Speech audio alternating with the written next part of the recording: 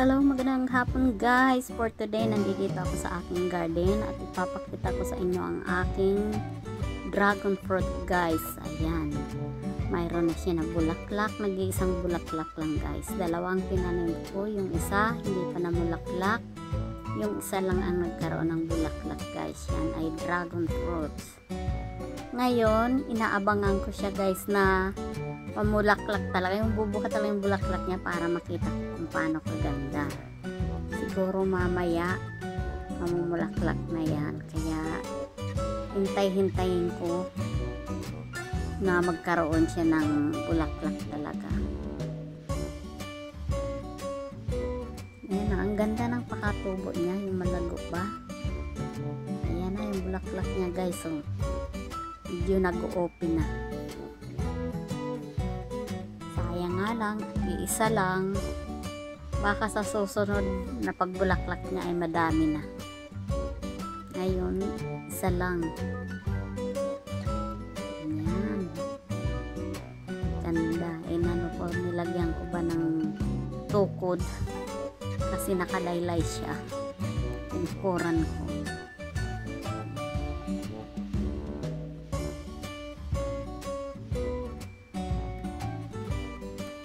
Sabi ko sa sa friend ko, tutukuran ko to para hindi nga mapagsak.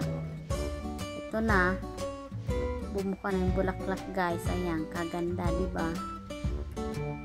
Ganyan pala yung dragon fruit, para din yung halaman ko doon na ganyan din yung mga bulaklak.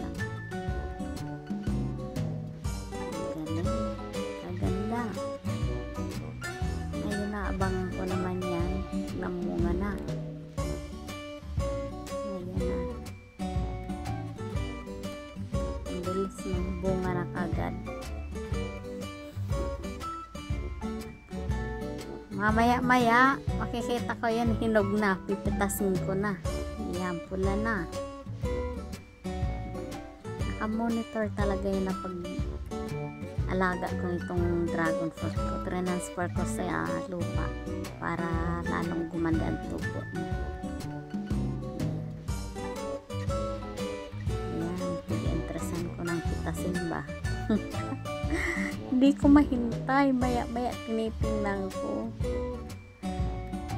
Ngayon lang kasi ako nakakita ng ganun na halaman. Saka napakamahal yan na prutas na yan dito sa Europe. Ang kilo ay nasa 11 euro mahigit. Hindi ko alam bakit napakamahal. Siguro dahil hindi nila prutas na. Ngayon marami nang nagtanim dito sa Cyprus na ganyan, kaya ang dami na may mga dragon fruit sa bahay-bahay.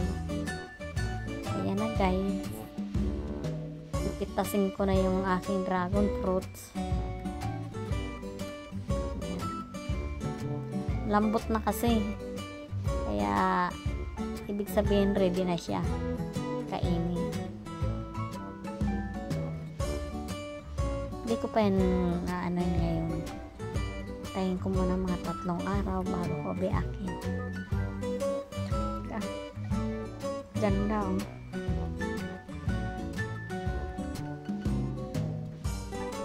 Sa wakas magkaroon din ng harvest ng aking dragon fruit.